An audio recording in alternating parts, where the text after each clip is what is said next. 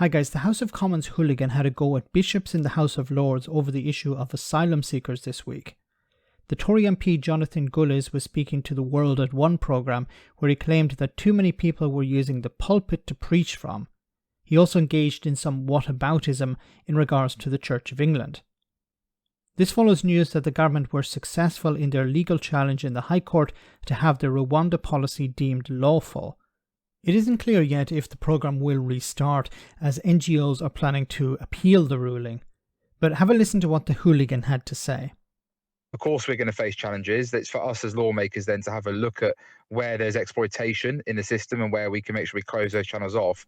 But I think it's very clear that if people have come here illegally, and the Prime Minister himself has said this, then they shouldn't be able, and we'll hopefully see that legislation in the new year, to claim asylum by choosing to come here illegally. And personally, I therefore think that we'll have more than enough reasons to crack on. It's a difficult, Mr. Gullis, it's a difficult because, when you say people who choose to come here illegally, the difficulty is that there isn't a legal way for those people to opt for it. It's not like... Once again, yes, there isn't an option there. They're not deciding, okay, let's take the illegal route over the legal route because I want to work in the black economy or because I want to be, trafficked. The people don't have a choice.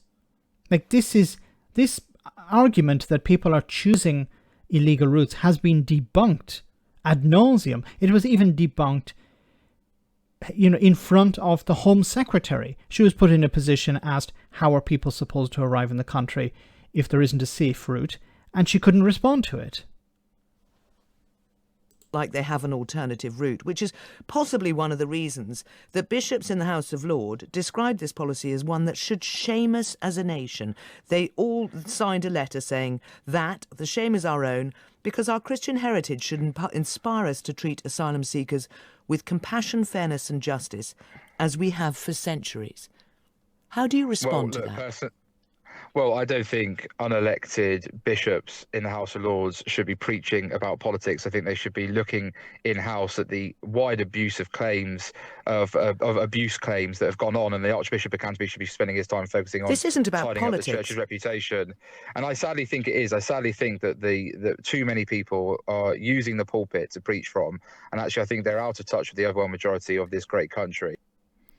Wow, okay, so the bishops are wrong and the Hooligan is right.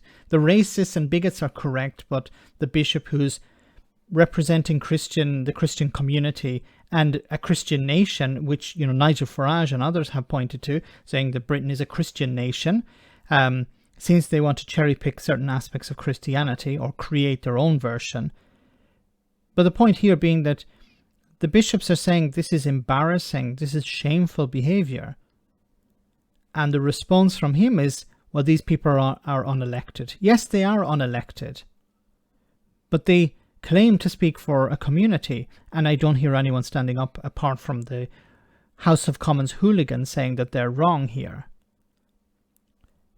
Once again, and I'm not an advocate for Christianity by any stretch of the imagination, but these are Christian leaders.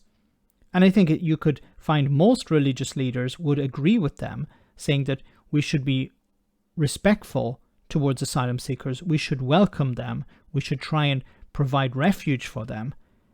And even the Home Office understands this because the Home Office has processed, the majority of claims processed by the Home Office are successful. They go on to refugee status. So I don't know who Jonathan Gullis is speaking for apart from himself here, because the majority of people in Britain, I believe, believe in opening their arms to refugees, to asylum seekers. Not this bigoted attitude we see from the far right within the Conservative Party. Let me know in the comment section, guys, what you think about all of this. As always, your comments are greatly appreciated. Thanks a lot.